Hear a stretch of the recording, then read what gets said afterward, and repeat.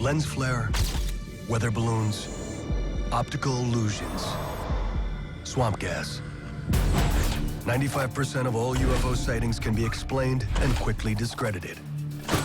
But 5% have enough eyewitnesses and factual evidence that they demand to be taken seriously.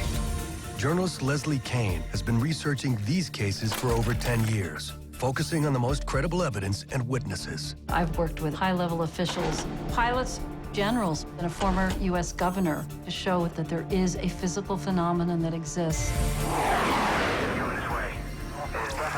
A huge triangular object. Dark gray oval. Like a UFO type thing. Now, new evidence, audio recordings, radar data, and never-before-heard witness testimony make these sightings part of the select 5% that is impossible to ignore. It's time to correct the record once and for all. The large majority of UFO reports are made by civilians in isolated cases with 1 or 2 corroborating witnesses and can be easily dismissed. Okay, here he comes from the south. He's coming toward us now. That's unreal.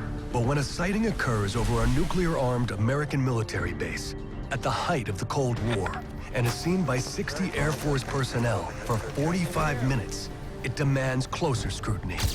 Here we have a senior officer making a report of a UFO directly over the most important base in the whole NATO network, and there's no response to him. I found that absolutely astounding. Now, 30 years later, key witnesses have come forward to tell their remarkable story. The team and witnesses were told to treat the investigation as top secret, and no further discussion would be allowed. This is the extraordinary incident at Rendlesham Forest.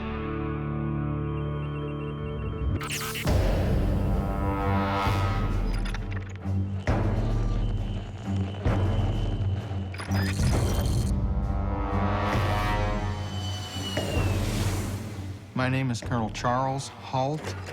In 1980, I was the Deputy Base Commander at RAF Bentwaters Woodbridge, England.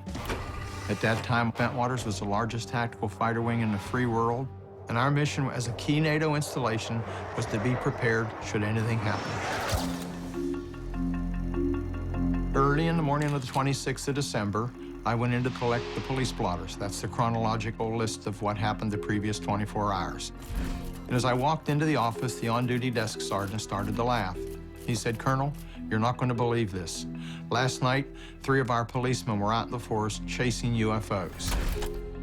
They called in and thought they saw a downed aircraft. They went out and investigated, and they had some type of an experience."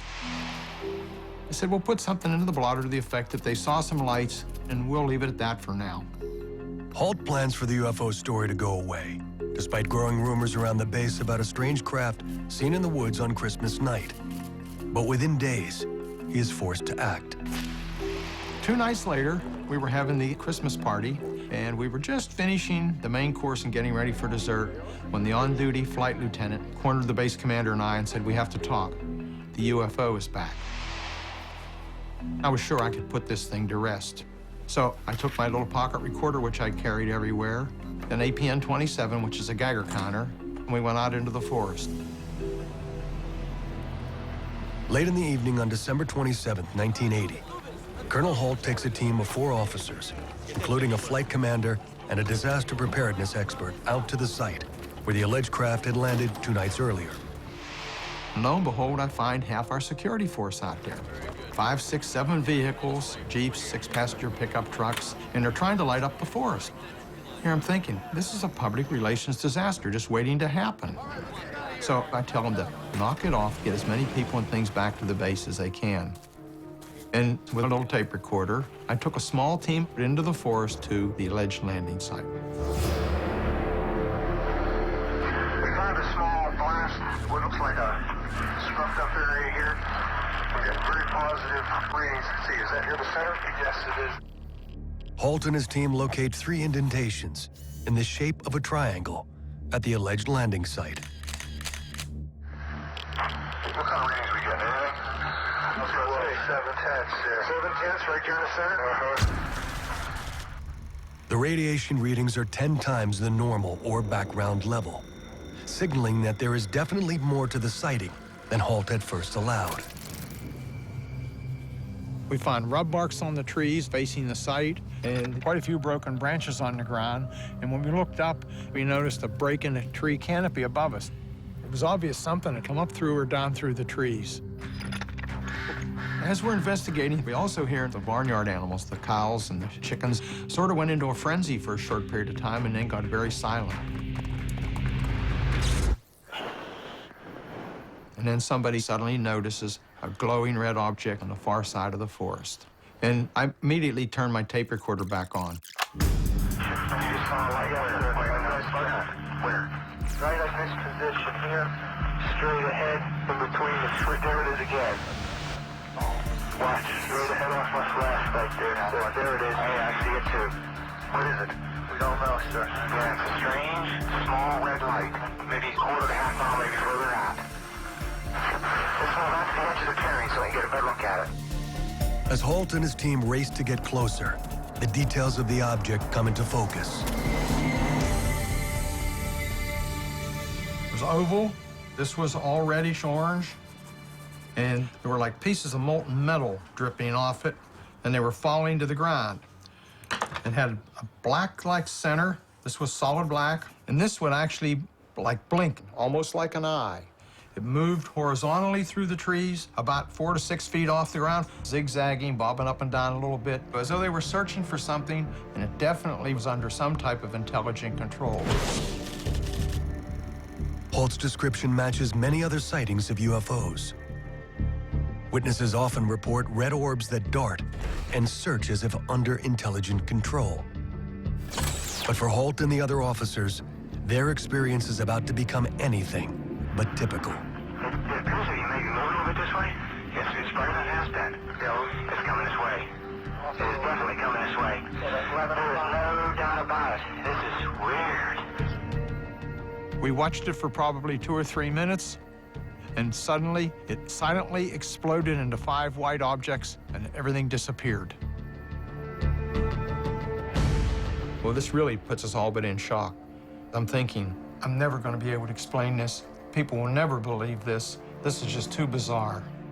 Well, somebody in the party looks to the north and said, "Look, what's that?"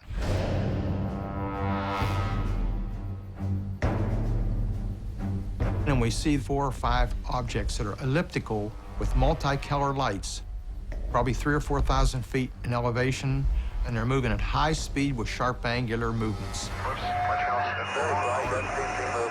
We hear a lot of chatter on the radios, and we were having difficulties the whole time, too. There was a lot of interference. Some say that sending down a beam into the weapons storage area, and we were all extremely nervous about what was happening. Moving out fast. One on the right heading away, too.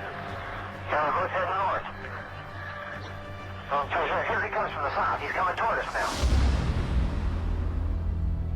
Suddenly, one comes overhead and stops. It sends down a beam at our feet.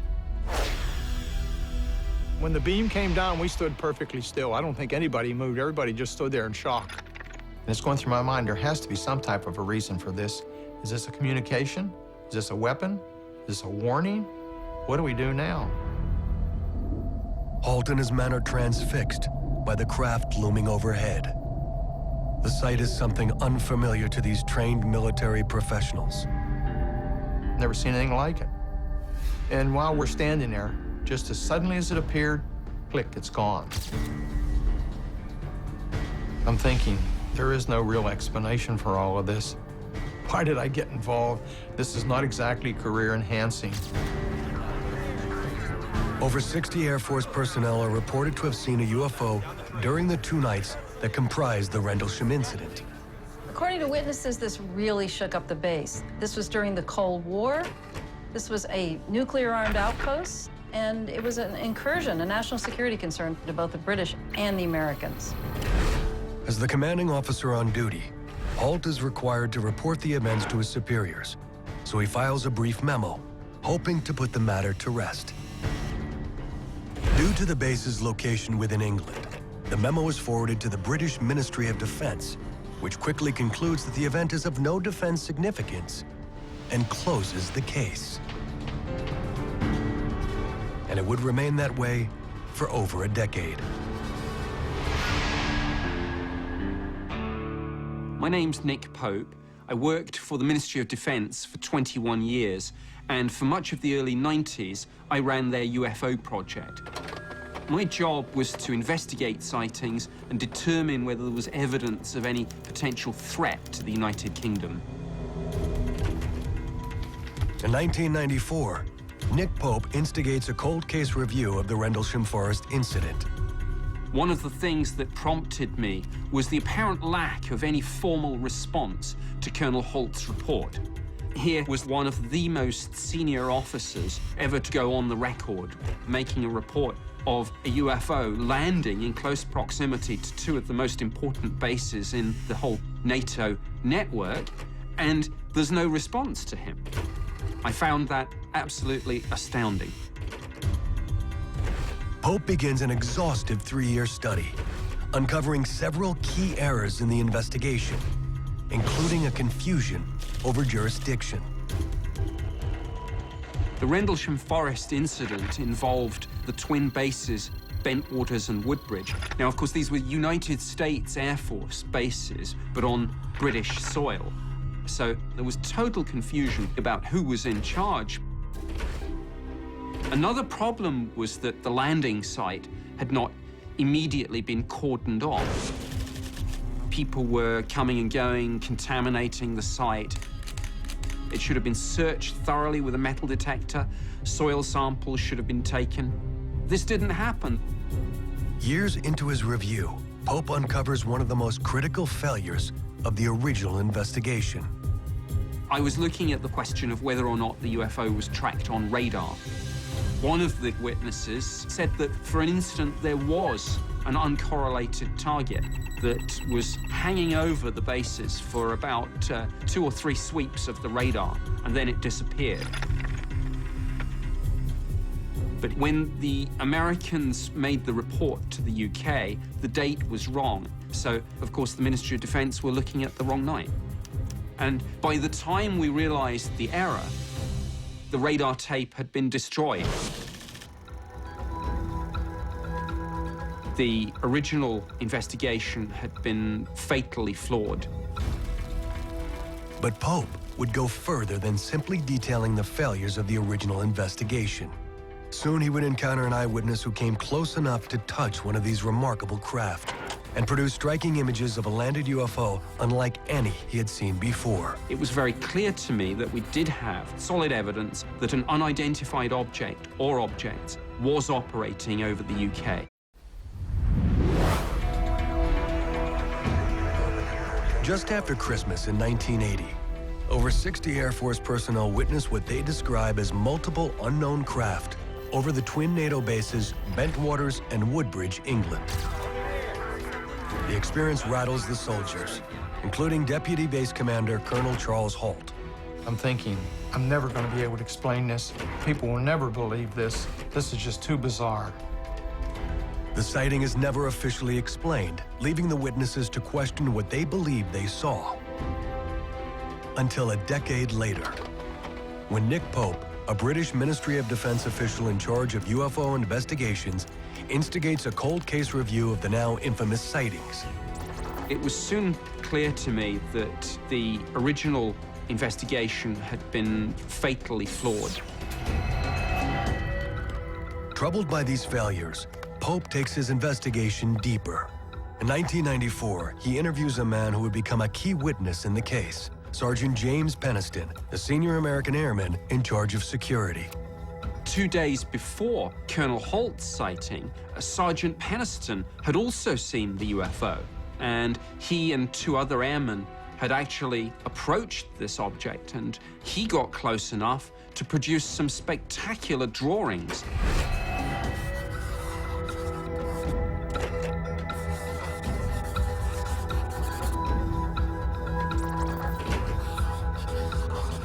Peniston clearly got very close.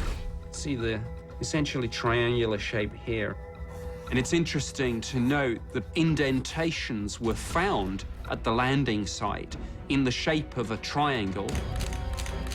and peak radiation readings were recorded in those 3 indentations.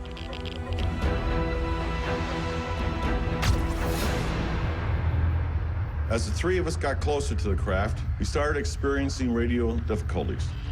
The air around us was electrically charged, and we could feel it on our clothes, our skin, and our hair. Nothing in my training prepared me for what I was witnessing.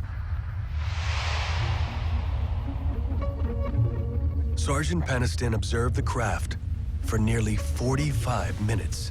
One of the most intriguing pieces of information were strange symbols that he saw on the side, which he said reminded him a bit of Egyptian hieroglyphs. And he sketched this in his police notebook.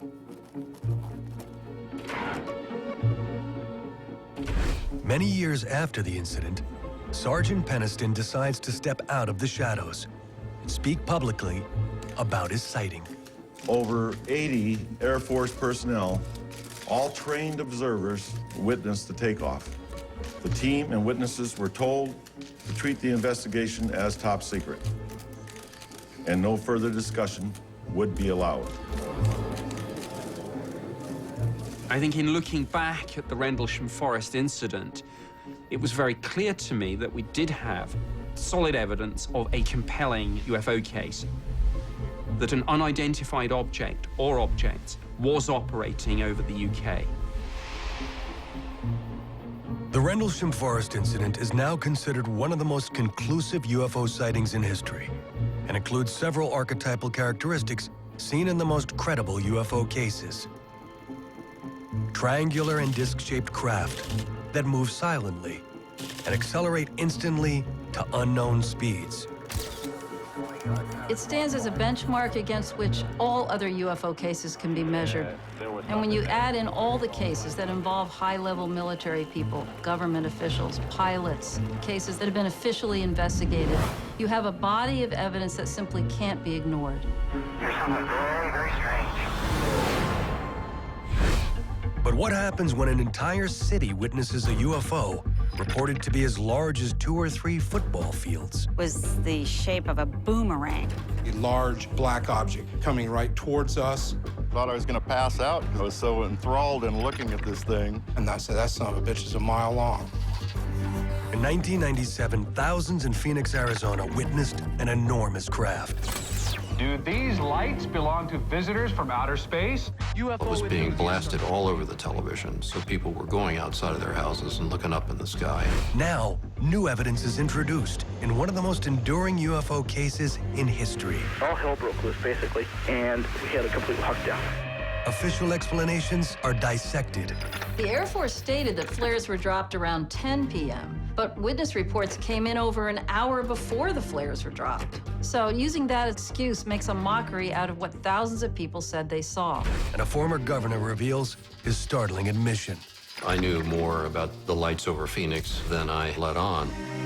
This is the Phoenix Lights.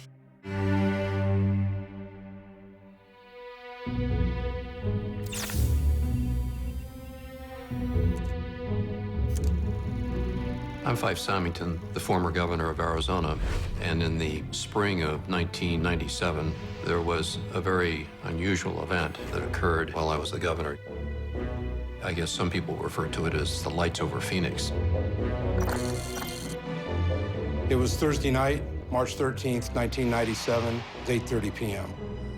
My daughter Monica came running in to say there was something coming over the end of Camelback Mountain.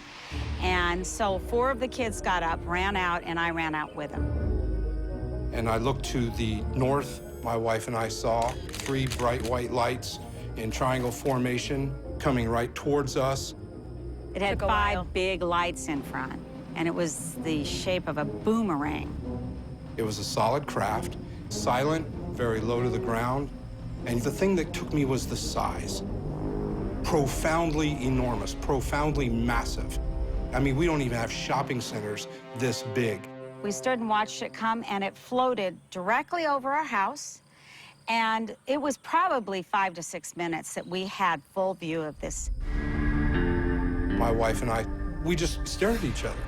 And I looked her right in the eye, and I says, we just saw our first UFO.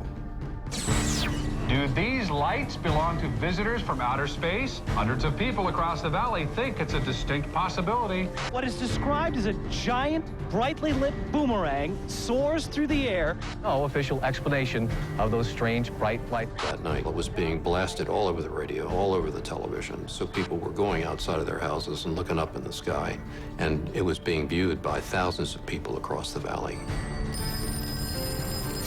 There were barrages of phone calls coming into the governor's office and to the Department of Public Safety. People wanted answers.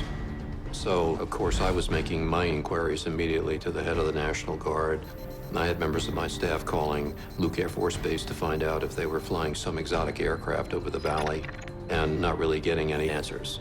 I mean, everybody was just sort of, oh my gosh, well, we don't know what it is. Something strange happened in the skies over Arizona that still hasn't been fully explained. It's something UFO enthusiasts are calling a major sighting. Pilots report seeing it in the air, yet military radar screens pick up nothing. Whatever it was, it has more than a few Phoenicians watching the skies tonight. Well, in the weeks following the incident, over 700 witnesses called in reports to local officials and to the National UFO Reporting Center, a private organization in Seattle, Washington. And these witnesses included pilots, police officers, and military professionals. Although descriptions of the craft differ, several overriding characteristics prevail. It is a massive solid object, not merely lights, in the shape of a delta or triangle. And it makes no noise as it moves over the valley. Most importantly, it is viewed from multiple vantage points by witnesses across the county for a total of 106 minutes. We literally were laying down on the grass looking up at it. It was a solid object. Something that Alan could never explain. Real deal. It was a major UFO event, seen by thousands of people across the state of Arizona. And they were expecting a serious response from the government.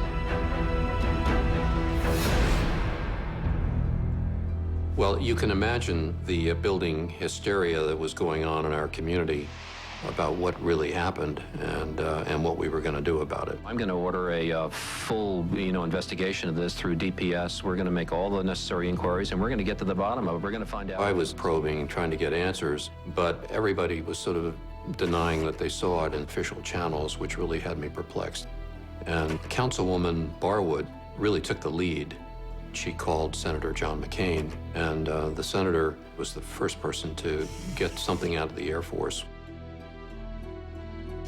The Air Force tells Senator McCain that the lights are high-intensity flares, dropped by the National Guard between 9:30 and 10 p.m. But since the sightings began at 8:15 p.m., over an hour before the flares were dropped, and in a different part of the city than the UFO was seen, this fails to explain what many witnesses saw. They were all shot right around 10 o'clock at night. They were all southwest of Phoenix. They weren't even over the city or even in the county. What my wife and I saw happened at 8:30. Seems to me this big object came over at 8:30. The authorities decided they better do something to cover it up, so they had a flare show at 10. Well, it was an intentional diversion, yes. What's really confusing is that the lights that were shown on TV that night were actually the flares. Do these lights belong? Because the news footage was taken at 10 p.m. when the flares were dropped. Strange dots of light that were the top of. But that doesn't explain what all the witnesses saw. The flares were dropped over 2 hours after the sightings began. These were two separate events.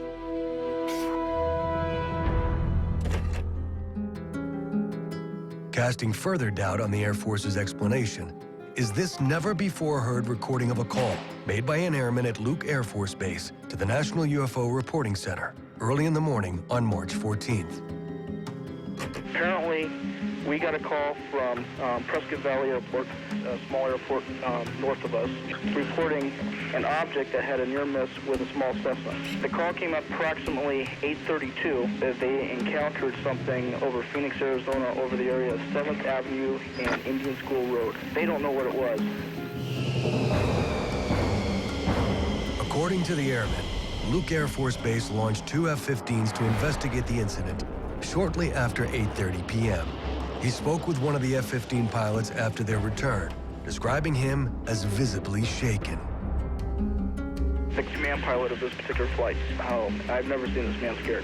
And he was scared to death. He's not sure what it was. His statement was that they followed this aircraft. It went on a straight line course heading towards Sky Harbor Airport, which is one of our main airports here, at approximately 18,000 feet, descending to 10,005. He saw 5 distinct lights in a triangular pattern. First 3 lights were in a tight triangular formation, and then the other light was at about 400 yards, also on the east side of the triangle. It scared the hell out of them, and after they landed, the base was, we had a complete lockdown. All hell broke loose, basically, and the facility was closed. Despite the shocking testimony, the Air Force categorically denies the encounter.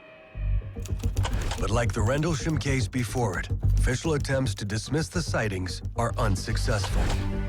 It was the story that wouldn't go away, and the governor knew he would have to address it. Governor Fife Symington is determined to find out what those lights are all about. Soon the Phoenix lights would reach national prominence as Governor Symington reveals his astonishing news. I knew more about the lights over Phoenix than I let on. To escort the accused into the room so that we may all look upon the guilty party. It's time to correct the record once and for all. But when you serve in public office, you have to be very careful dealing with sensitive, incendiary subjects like UFO sightings. Well, I'm going to order a... The fact of the matter is, if you're a public official and you start talking about UFOs, you really get attacked. It's unbelievable. So we start tonight with those strange dots of light. First, the left side... In 1997, thousands witnessed a UFO over Phoenix. Reports described a delta-shaped craft, several football fields in length. Like the craft at Rendlesham, it was viewed from multiple vantage points by witnesses across the county for a total of 106 minutes. Thousands of people saw it, and there was quite a buildup of public interest, almost close to hysteria. UFO enthusiasts all over the country... 3 months after the sighting, USA Today features the Phoenix lights on its front page, forcing Governor Symington into the spotlight. In early June, there was some major publicity, and all of a sudden we found ourselves sort of besieged. So I organized this press conference to try to get people to kind of climb off the emotional mountain a bit. On June 19th, Symington holds a news conference to announce the mystery has been solved. And now I'll ask Officer Stein and his colleagues to escort the accused into the room so that we may all look upon the guilty party. Don't get him too close to me, please. Now, this just goes to show that you guys are entirely too serious. It really was a very funny spoof, but unfortunately it was taken the wrong way. It was an insult, and I'm greatly offended, as are many, many witnesses, because a lot of people could have came forward. But instead, they became reclusive. They refused to talk about it because of this, because of the ridicule. I was angry over it because I know what I saw, and I did not like that kind of attitude. When this thing was over my house for 5 minutes, someone should care. Someone should care. That press conference, it really did upset a lot of people, and I regret that. But what really bothered me was that I knew more about the lights over Phoenix than I let on. And I should have talked more openly about my own experience sooner. On March 13th, I was having dinner with my family. We had the TV on, and I was well aware of the news about the UFO. So I said, I'm going to jump in my car, and I'm going to go down Lincoln Drive past Squaw Peak and see if I can see what's going on. When I got here, there were people milling around, just enjoying the park.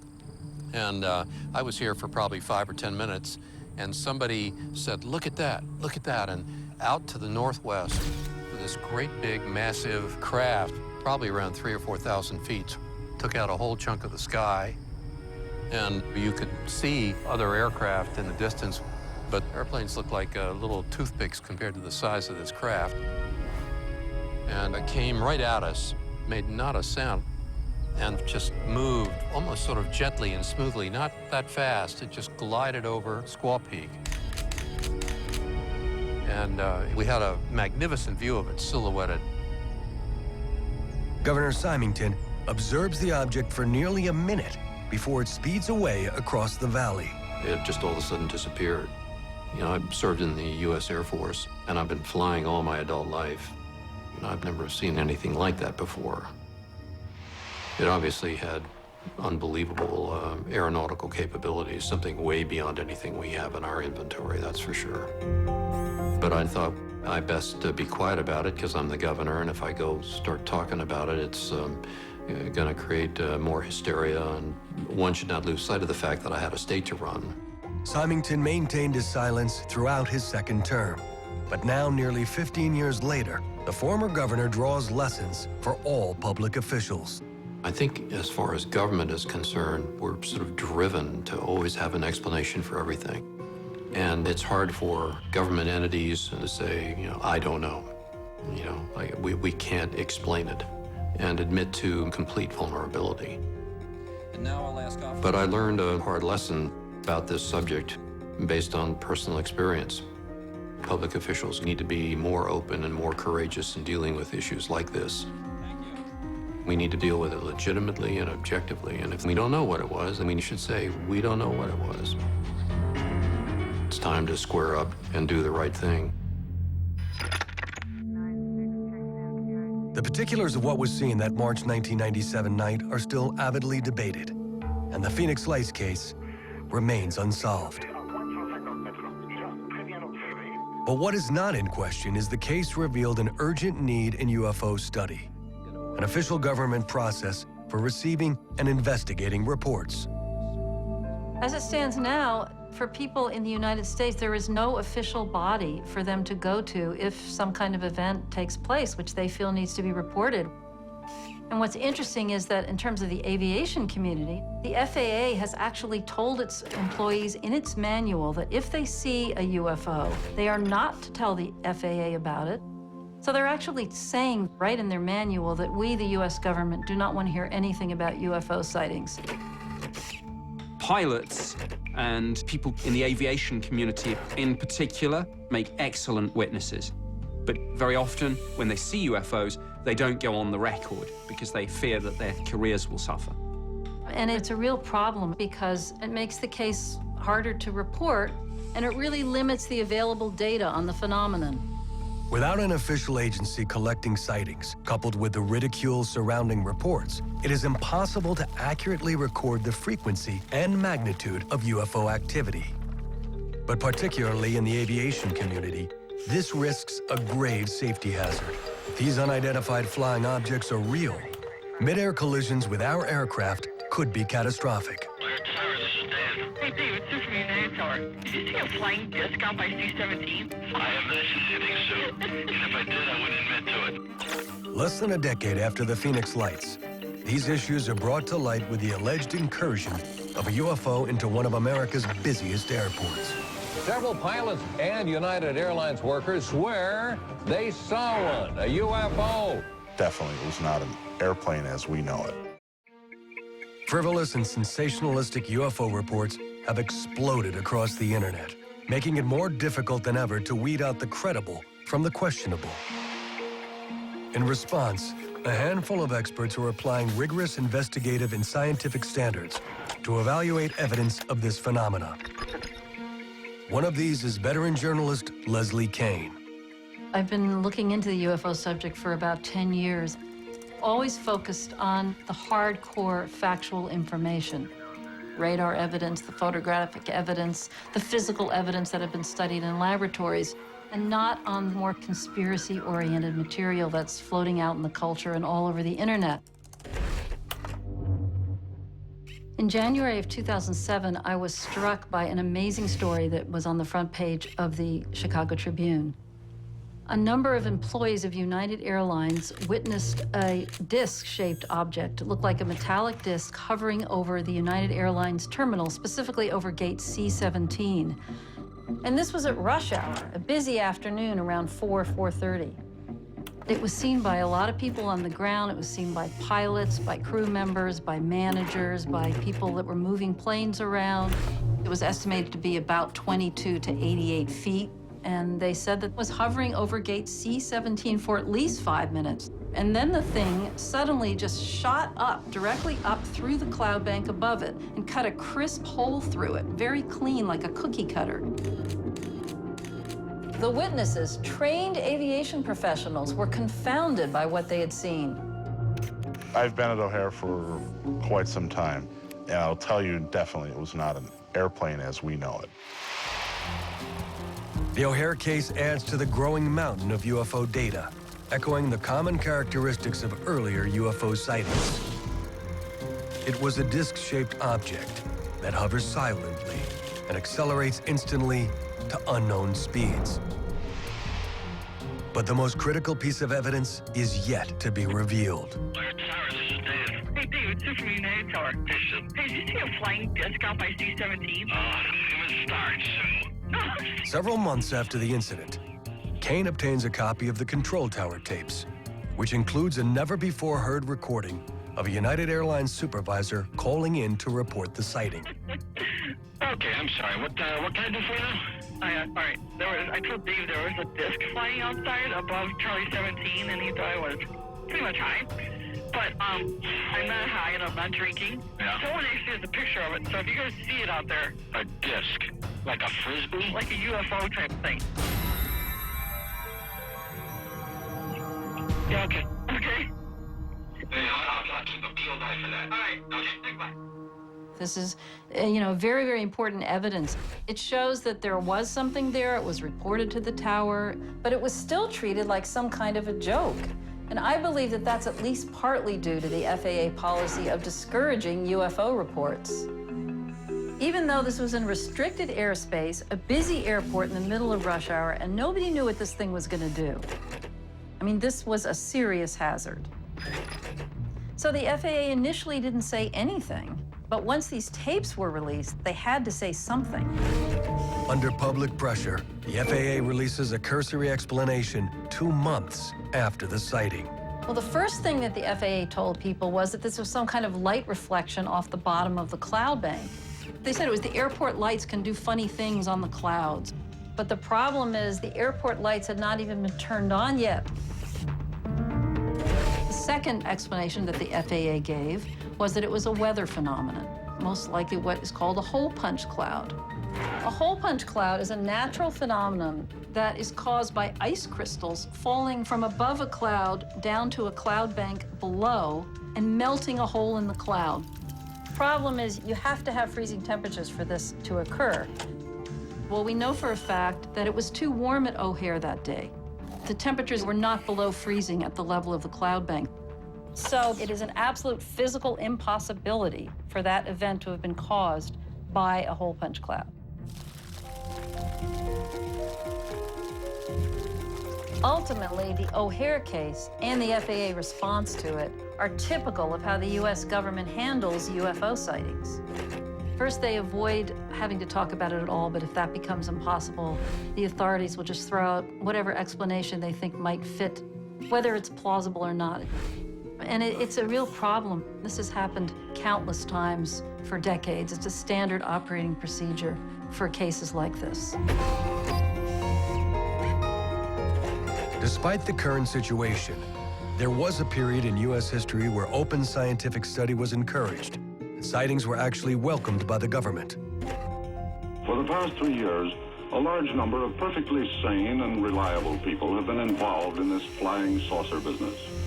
We read about them, talk about them, wonder about these reports of strange phenomena in the skies. I'm inclined to believe that it's of an extraterrestrial origin.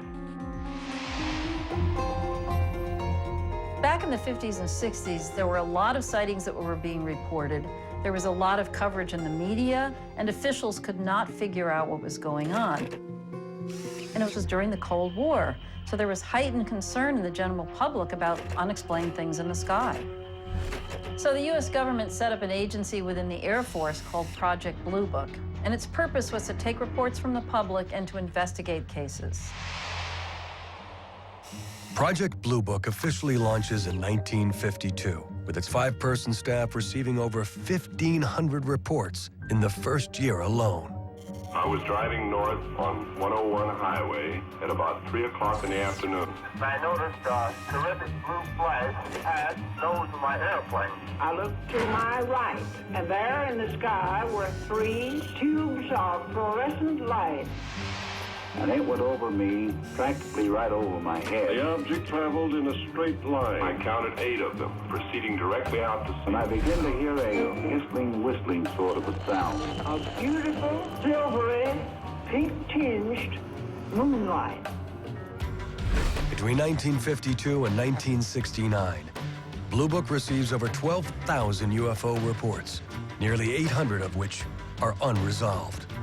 It is soon clear that the scope of the UFO phenomenon is far greater than the small Air Force office can handle. Blue Book was plagued from the start. It was understaffed, incompetent in certain ways, and eventually it just became like a public relations exercise for the Air Force. So in 1966, it was decided that its future would hinge on a government-funded study commissioned at the University of Colorado. The university study is headed by Dr. Edward Condon, physicist and former head of the National Bureau of Standards. Condon was biased against UFOs from the beginning. In fact, in a 1967 article, he was quoted as saying, "My attitude is there's nothing to it. But I'm not supposed to reach that conclusion for another year." The Condon report is completed in 1968 and includes some valuable analysis of unresolved UFO cases in its nearly 1,500 pages. But that goes largely ignored in favor of the 2-page summary written by Condon himself, which declares that further scientific study of UFOs is unwarranted. In 1969, the Air Force announces the termination of Project Blue Book, effective the following month. Since then, the report has been cited countless times by officials and scientists to justify dismissal of UFO study.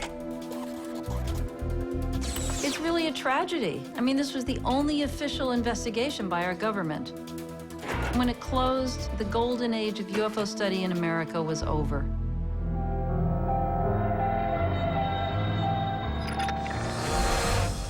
Since 1970, many cases have challenged the assertions behind the close of Blue Book. But a 1986 sighting near Anchorage, Alaska would produce standout evidence that demands to be taken seriously. Yeah, that's 1-2 again. On some other equipment over here, we have confirmed there is a flight size of 2 around your 1550 squawk. Where is he following? It looks like he is, yes. In this case, a captain with 30 years of flight experience puts his reputation on the line by reporting an enormous craft that follows him for nearly an hour. An encounter that would yield the longest recorded data of a UFO to date. Hard evidence that would be brought all the way to the White House. They were all excited about it. So I said, "What do you think it is?" He says, "Well, it's a UFO." My name is Richard Haynes, and I have been a research scientist for NASA since 1967. My interest in unidentified aerial phenomena goes back 30 years at least. When I was a skeptic, I was just quite convinced that I could explain the phenomenon. But I had an opportunity to talk with commercial pilots who would come in to fly our simulators. And once in a while, a pilot would tell me this remarkable story that it had happened to him. And over the years, I began to realize that I was wrong, that I could not explain phenomena. So in the 1970s, I began collecting face-to-face pilot interviews, sometimes in the cockpit of the airplane. Sometimes we would refly an actual encounter. And so far, I have collected over 3,000 sightings from virtually every country of the world, and quite a number of them were very serious. These would qualify as near miss by FAA standards. And so, looking at air safety as our concern, we formed NARCAP, the National Aviation Reporting Center on Anomalous Phenomena.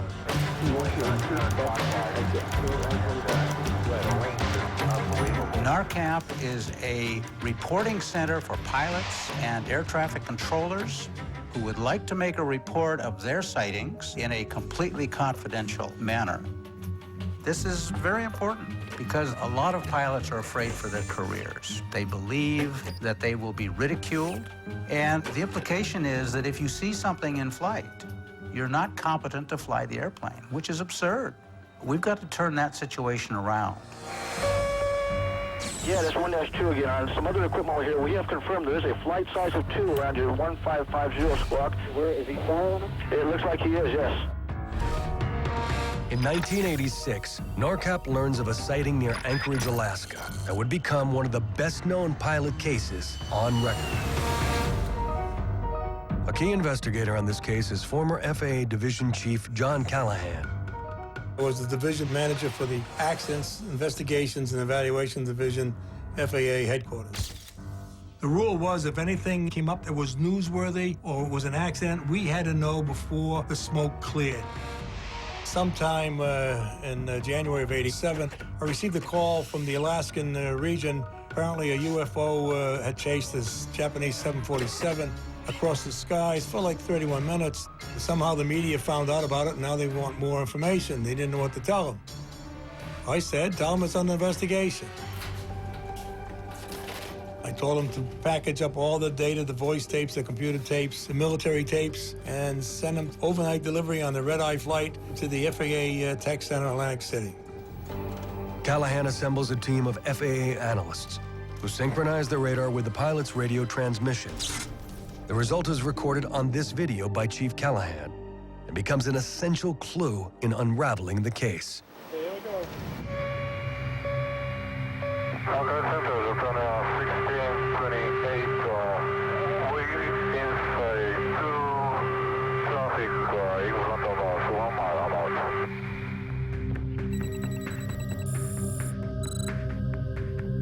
Captain Kenju Teruchi, a senior captain for Japan Airlines, flying a 747 cargo flight from Paris to Tokyo. He saw a military test of some advanced nature. When he looked at his airborne radar, he saw a large target 7, 8, 9, 10 miles in front of him. And the first thing he did is he called the FAA and wanted to know if they had any traffic up there for him. Japan Air 1628, sir, if you're able to identify the type of aircraft, and see if you can tell whether it's military or civilian. Japan Air 1628, we cannot identify the type, but we can see navigation lights and turnover lights. Viewing this one-of-a-kind radar evidence, Callahan's team is able to confirm the unidentified target near Teruchi's plane. But it is this never-before-heard interview conducted by Dr. Haynes with the Japanese pilot that illustrates the extraordinary details of the craft. What he told me was remarkable. It was a huge object, something far bigger than his own airplane. Big walnut shape, as large as 3 or 4 aircraft carriers, had lights coming from it, and small craft coming and going from the bigger craft. How long did it take to move from the 12 o'clock position?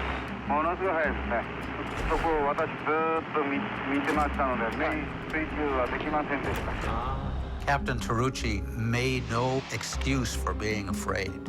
He said he was fearful. The captain and his first officer were expecting a collision and were bracing themselves. That's how serious this was. The Anchorage controller clearly takes the sighting seriously because his next step is to confirm the unidentified target with nearby Elmendorf Air Force Base. Okay, it looks like I am getting some search primary return. I don't know if it's erroneous or whatever, but... It's not erroneous. I want you to keep a good track on there, and if you can pick up a code. Verify that you do not have any aircraft operating in that area, though. That is firm. We do not have anybody up there right now. The military guy sees those targets. The controller working the radar sees these targets. According to the pilot, there's a great big ship out here, and that stays with them for a while. Japan Air 1628 Heavy, sir, I'm going to request you to make a right 360-degree turn and advise me what your traffic does then. As Captain Terrucci was approaching Fairbanks, he received permission to carry out a 360-degree turn. He wanted to try to get away from that object that was on his left-hand side. His supposition was that the object would continue in a straight flight, and he would bank to the right and leave it behind. 旋回方向しか私たち見えませんのでね、ないからどっか行ったなと思って、消えたフォームでもう終わりだから、ああよかったと思って何もなくてよかったなと思ったんです。で、アンカレッジの方に視を向けました。見えるわけです。360度旋回してもついてきたわけです。Yeah, that's 1-2 again. On some other equipment here, we have confirmed there is a flight size of 2 around your 1550 squawk. Where is he following? It looks like he is, yes. As Terrucci continued the 360-degree turn, the object traveled around the circle with him, which is very interesting because it has to be going faster than that airplane to keep up. So the phenomenon had to be under good control, perhaps intelligent control, to maintain precise station with that airplane. The pilot sees it, his co-pilot sees it. The military base and the Anchorage controller track it on radar. And a United Airlines passenger jet flying nearby also reports unknown traffic in the area. In all, the Alaska sighting shares many characteristics with the most credible UFO cases, including Rendlesham, Phoenix, and Chicago. It is a massive disc-shaped object that moves as if under intelligent control and is capable of accelerating instantly to unknown speeds. And most remarkably, the encounter lasts nearly 55 minutes over a span of 350 miles, providing the FAA with significant amounts of data.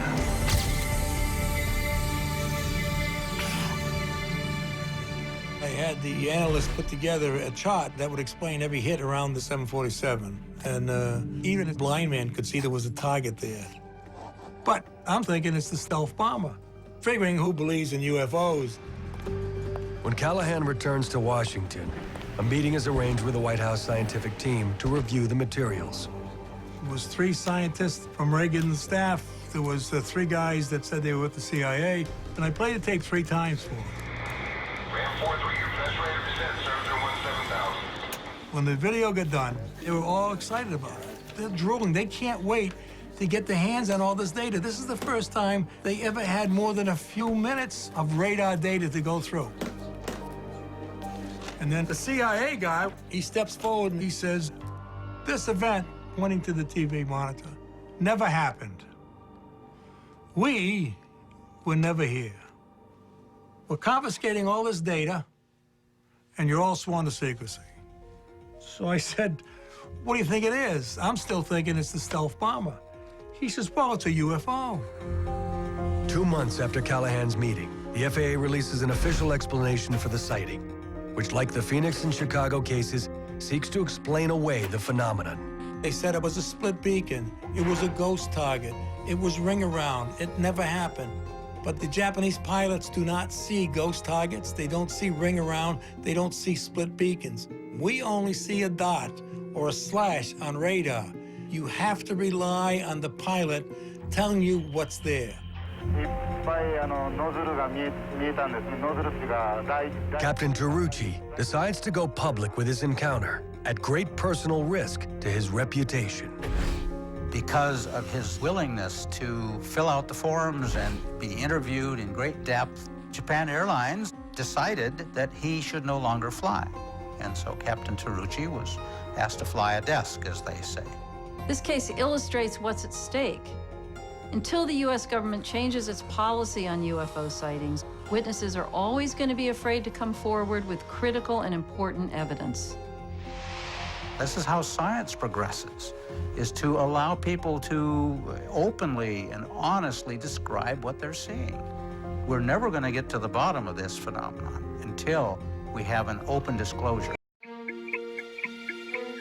These days, if you go on to sites like YouTube, you'll see all sorts of videos of UFOs, and there's a huge amount of fake videos, photos which have been mocked up with various computer programs. I mean, it's almost impossible these days to pick out the signal from amidst the noise. And the only pictures that are really important are the ones that have been so thoroughly analyzed and vetted that we know that they are a genuine unidentified flying object. One of the most viewed UFO videos on the web, with over 17 million YouTube hits, is this clip, claimed to have been shot in 2007 in Haiti. Along with other recent images submitted online, it has UFO watchers buzzing.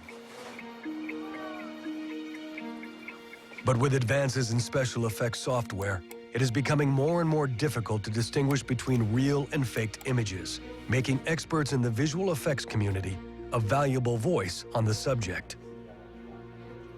I'm Doug Trumbull. I make movies that have to do with science fiction, special effects. I worked on 2001: A Space Odyssey, Close Encounters of the Third Kind, Blade Runner, Star Trek: The Motion Picture. And so I do motherships and spaceships and UFOs for a living. We have a situation right now where everybody who has a laptop can make a fake UFO. I can make a fake UFO on my cell phone. I mean, it's just all over the place. My personal belief is that I'm convinced that there is something very real. But I've never seen a photograph that I couldn't duplicate or fake digitally or optically or photographically and make it look just like that. And so I'm my own worst enemy in that respect because I know what's possible.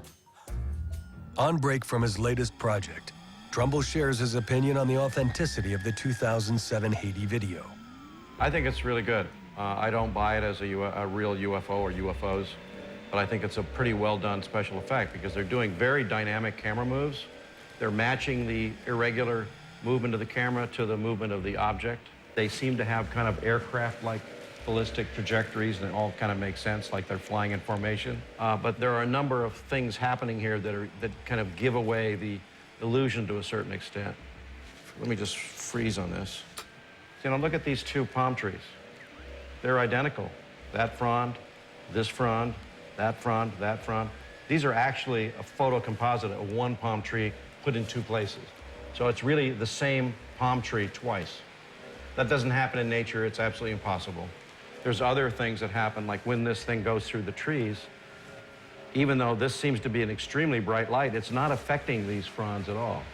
There should be more light happening up in the fronds of the tree, so you get a little twinkly light and some interaction, but there isn't any, because that's a much harder thing to do.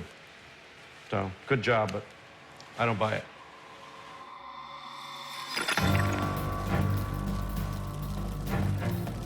While vacationers with video cameras may stumble upon irrefutable proof of UFOs in the future, there are already images of the phenomena that have been scientifically tested and widely accepted.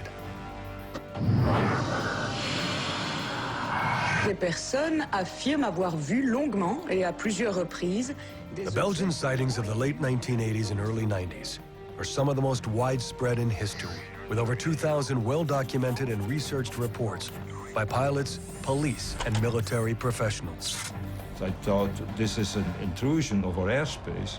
We have to find out because it's an air defense issue. The 18-month epidemic of UFO sightings rattles the Belgian government and brings the scientific community its most conclusive piece of UFO evidence to date. I look at it and said, oh my God, that's too much.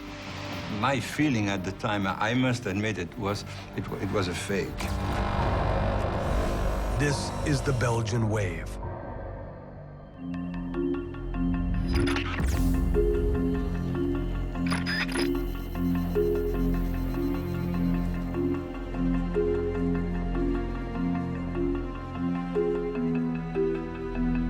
My name is Patrick Ferrin, and I was one of the two co-founders of SOBEPS, which is a non-profit association devoted to the study of aerial space phenomenon. In 1989, the situation was very quiet here in Belgium concerning UFOs. so quiet that we decided to close the association because there was no sighting anymore. And all of a sudden, strange things started to happen in the area of Eupen. And this was, historically speaking, the beginning of the Belgian UFO wave.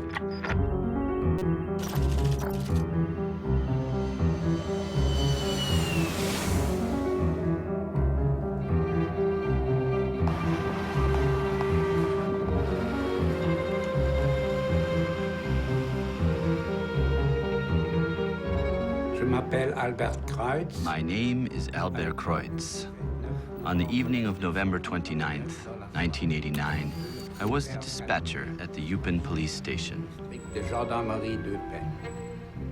At around 5:30 p.m., a team of police officers informed Kreutz of an object flying over a nearby field and reportedly lighting it up like a soccer stadium.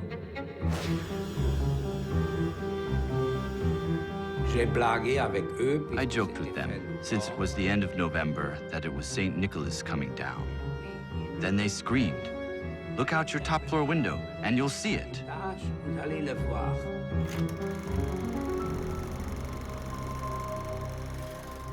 I go to the window, and I see the object about 200 or 300 meters in front of me, like a boat, floating in the sky.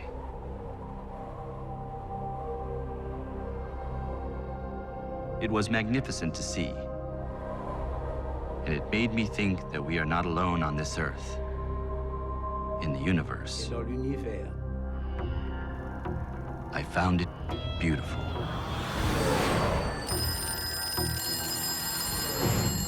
Immediately, the dispatcher is flooded with calls from concerned citizens. So he orders local officers stationed nearby to follow the object. One of these is Dieter Plumens, Chief Inspector of the Kelmis Police Force. Plumens is on duty with his partner, catching drug dealers near the Netherlands border, when the call comes in. When we heard the call on the radio, we were driving in this direction. We saw a light or some type of object resting over the town of Henri Chapelle. And we asked ourselves, what is that? I told them to pursue the object and observe it. So they followed it to Henri Chapelle, where the object hovered motionless over the Beloy retirement home. I think this is pretty much the exact spot where we stopped at the time. We saw a huge object above us with round lights on 3 corners.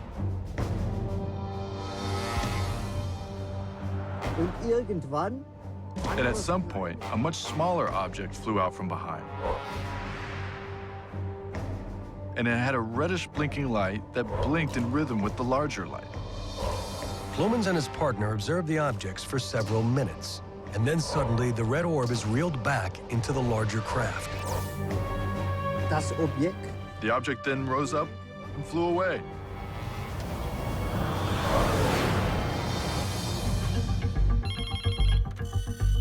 Kreutz and Plumens' accounts are among the many that began to flood in that night. In all, a total of 13 police officers called in reports of an unidentified triangular craft spotted in 8 different locations around Eupen. Over 60 additional civilian reports are made that evening, producing a concentrated mass of sightings that would soon bring international media attention and compel the Belgian government to respond. It was really an historic night because the sighting reports were all so similar. But the big surprise was that this was only the beginning.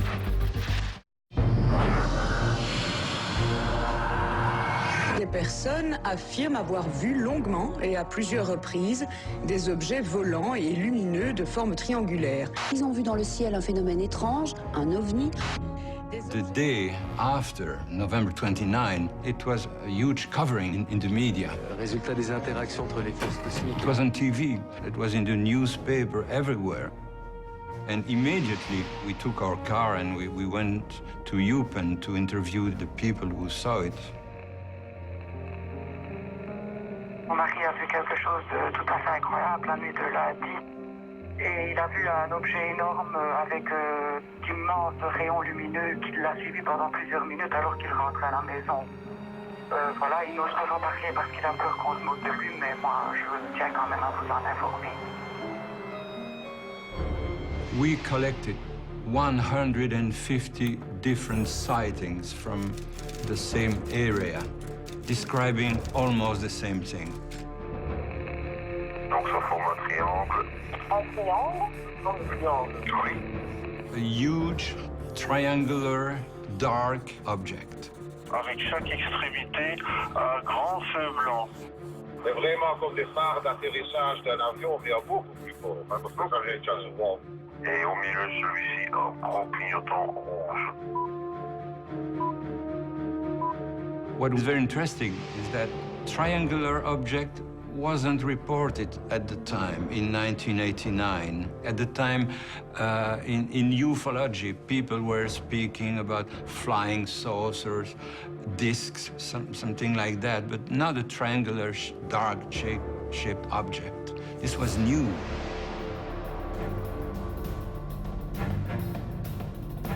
The Belgian sightings of November 29th garner international attention, prompting an immediate response from the government. A point man is assigned to head up the government inquiry. Major General Wilfred de Brouwer, head of operations for the Belgian Air Staff. In 1989, I was in charge of protection of the airspace of the country when a total of 143 sightings were reported in the area of Eupen. When receiving such report at military level, a lot of officers will reject it because it's not in their terms of reference. It's frustrating. It's frustrating having to declare that you don't know what is going on. So when it came to my office, I wanted to react in the same way. But I thought this is an intrusion of our airspace. We are the country hosting NATO. We have to find out because it's an air defense issue. De Brouwer's first action is to contact the U.S. Embassy to find out if any stealth flights had taken place in the area without warning them. No, they came back very quickly and confirmed formally that no such flights had taken place over Belgium. So that wiped out that theory. But the sightings continue, including many cases where several people were involved in a single sighting.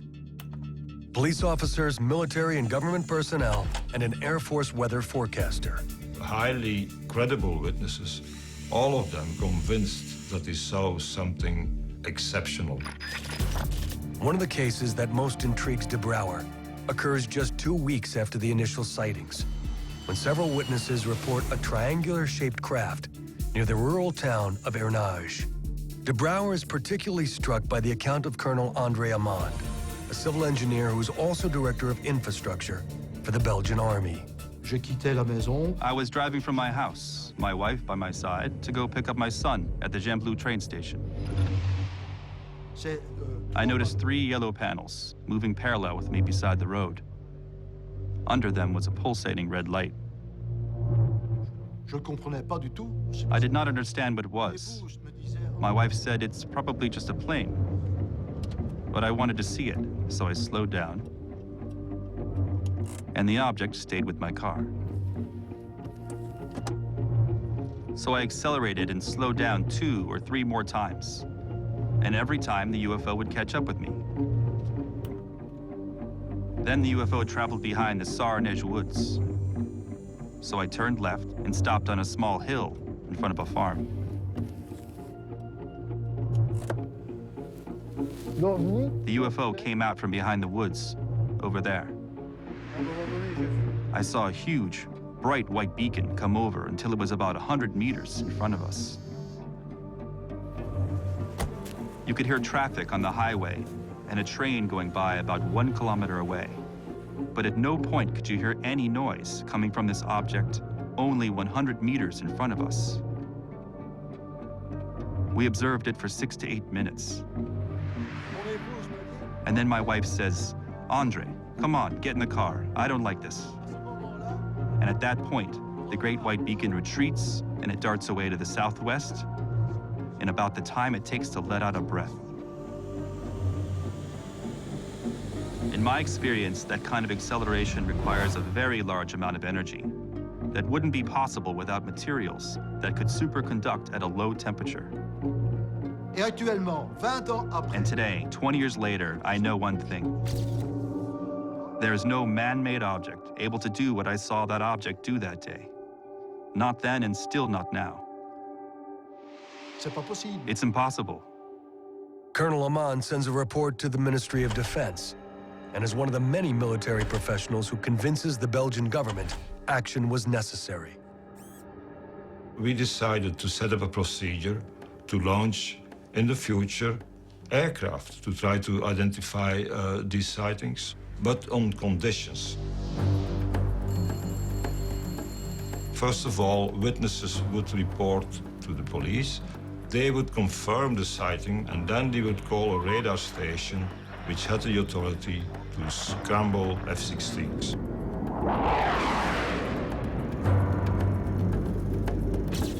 I am Yves Mielbergs. In 1990, I flew F-16s in the 350th Squadron in Belgium.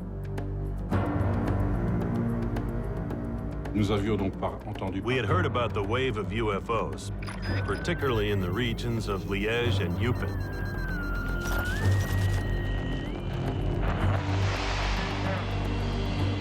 On the evening of March 30th, 1990, Mielberg's unit is informed of a string of UFO sightings around the town of Louvain. We immediately took off in formation, 2 F-16s flying east of Brussels. Our goal was to intercept or come as close as possible to the objects and try to identify it as best we could. Maintenant, voyageons en direction sud, à une vitesse extraordinaire. Libre pour l'investigation. Contrôlez l'armement. The speed at which the object was moving, the large variations in altitude and course were particularly unique.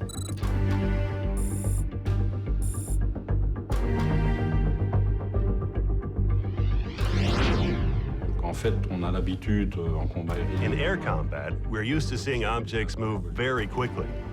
But in this case, the object's variations were unforeseen, which proved that we were dealing with an object very different from an aircraft. Tendu contact.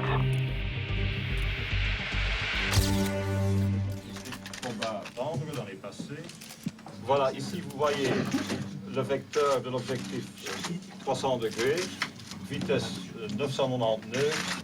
Vitesse normale? Bon, la vitesse d'un avion normal à cette altitude est l'ordre de 350-400 nœuds. Ça, c'est un horizon. Under pressure from a hungry press and public, De Brouwer holds a press conference to discuss Mielberg's flight. Voilà, ça c'est une vitesse de 1010 nœuds. Donc ça c'est la vitesse maximale qu'on a enregistrée. The F-16s registered objects that were flying at a normal speed, but suddenly turning and accelerating to speeds which were much higher than the speed of sound. Now, this cannot be done by any conventional aircraft. Donc, les accélérations ont passé de 150 à 500 nœuds dans une fraction de seconde. Unfortunately, only one of the F-16 radar tapes provided sufficient information to analyze, which meant that we couldn't compare the tapes, to exclude electromagnetic interference, which is a reflection of an object, sometimes on the ground, that can go through the atmosphere and bounce back to the F-16 radar. 100% sûr que vraiment il y avait quelque chose. Ça c'est clair. Due to the failure of the secondary radar recording, government officials cannot verify the pilot's account. But Mielbergs remains convinced. Personally, I believe there was an object at that location that day. We had ground witnesses, radar stations, and airplanes. 3 different sources watching the same object at the same time in the same place. There was something in the air that night.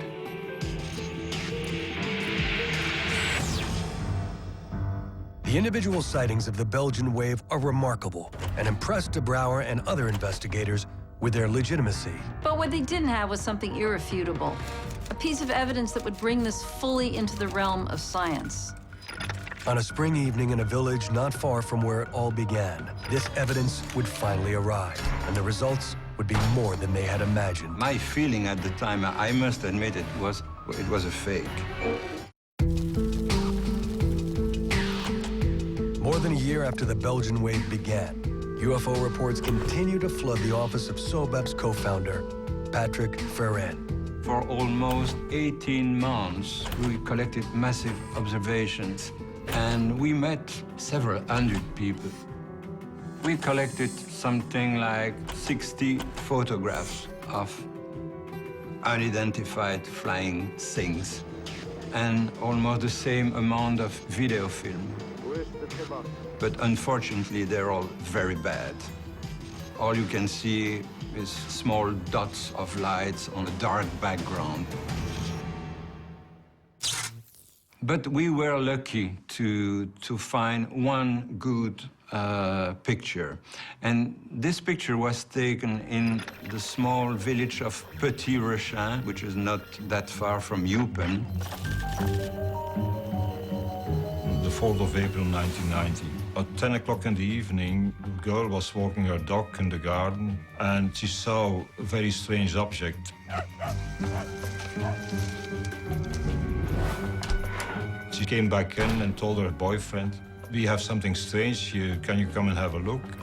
And he went out and he took his camera. He only had 2 pictures left, so he leaned against the wall, didn't move at all, and set an exposure time of about 1 to 2 seconds. He took 2 pictures, and when he got his film developed, he saw that one of the 2 pictures was blank. There was nothing on it, so he threw it away. But the second one was interesting. He saw 3 lights and something reddish right in the middle, but that was all.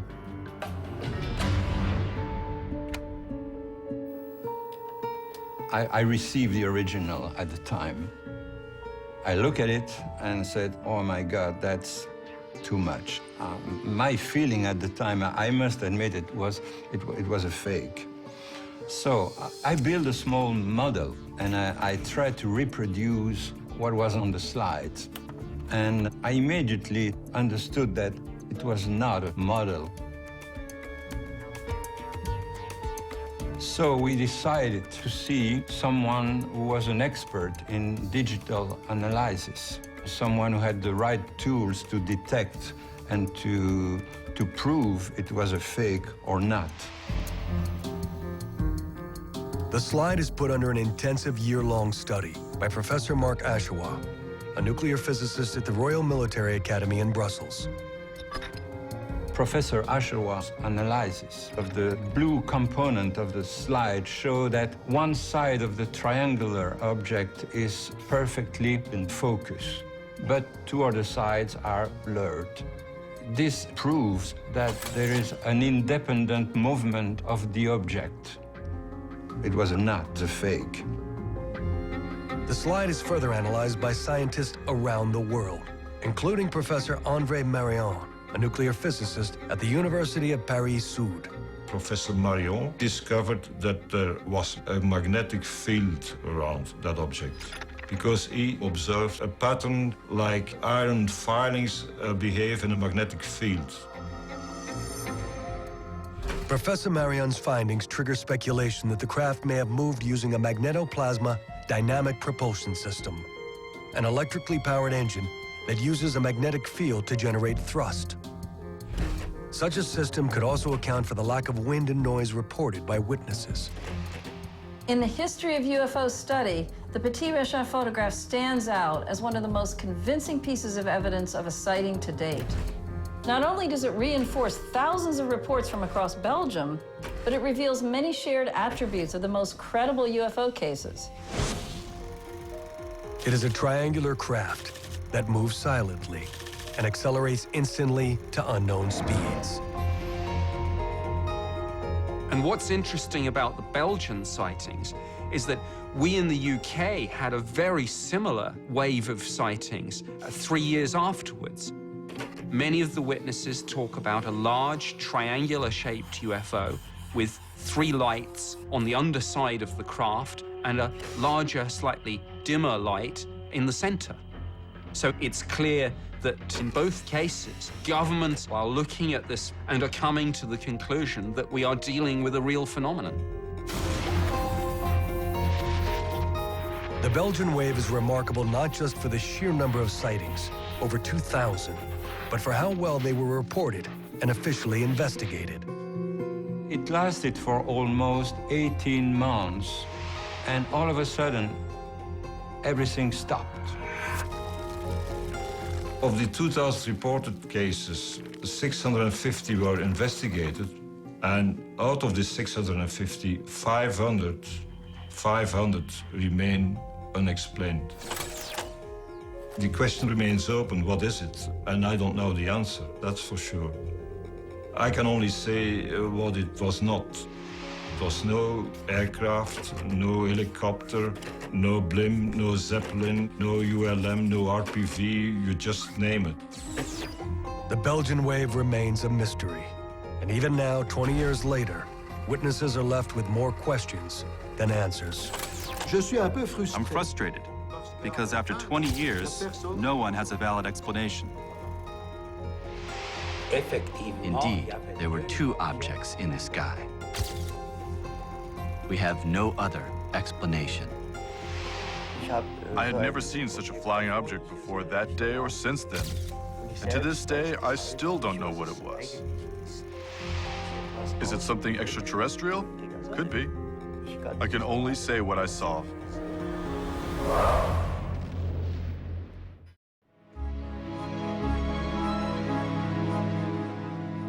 For the thousands of witnesses in the Belgian wave, and many others who have documented their encounters at military bases, major airports, or in the skies above our cities, there is but one conclusion. There is something out there, and we need to take it seriously. The difficulty, of course, of studying UFOs, if in fact they are manifestations of some advanced civilization, is that we are more or less in the same position of, let's say, laboratory mice attempting to understand the civilization of biology technicians in the laboratory. It is just beyond our imagination. And Arthur C. Clarke said that sufficiently advanced technology is indistinguishable from magic. History is filled with accounts of new phenomena, poorly understood phenomena, that have been ridiculed, made fun of. Why? Because science hasn't had a chance to look into it, or won't look into it for various reasons. We've got to turn that situation around.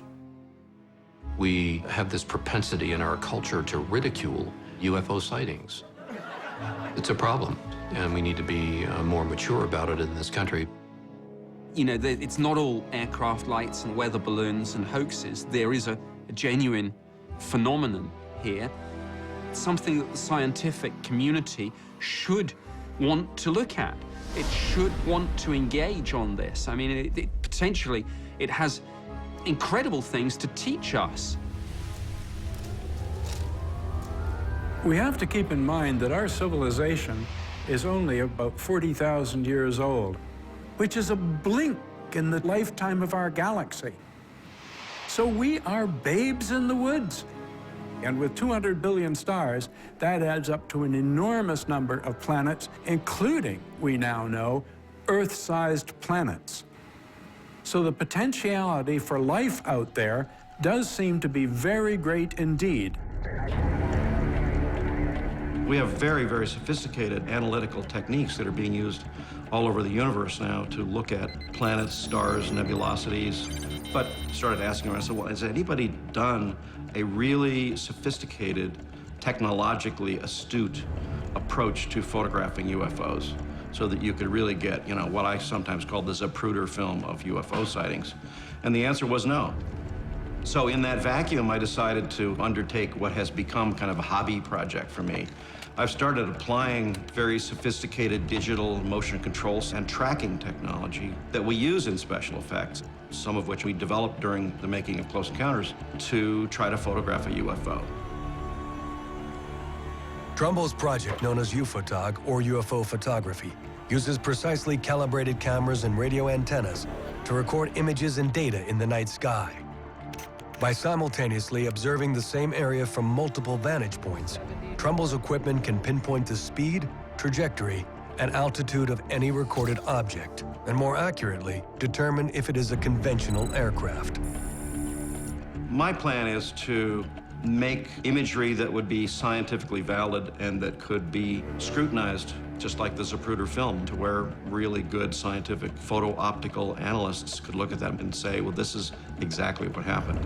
Taking a 2-second dark exposure. And I think over the next few years, it's just unlikely that we won't encounter some evidence of intelligent life in the universe. I just think it's going to happen, and it's probably going to happen fairly soon. And I'd like to be part of that.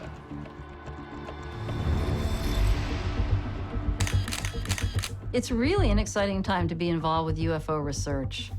And there seems to be greater chances that we're going to capture even more solid data. But we also have to be extremely careful to hold it to the absolute highest standards.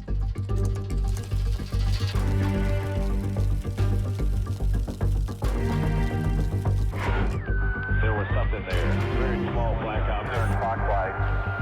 And the length is unbelievable. We do not have anybody up there right now. I was driving north on 101. In these, the most credible UFO cases of our generation, we have heard firsthand accounts that defy dismissal. A NATO-based commander, an FAA division chief, decorated pilots, police officers, a former governor.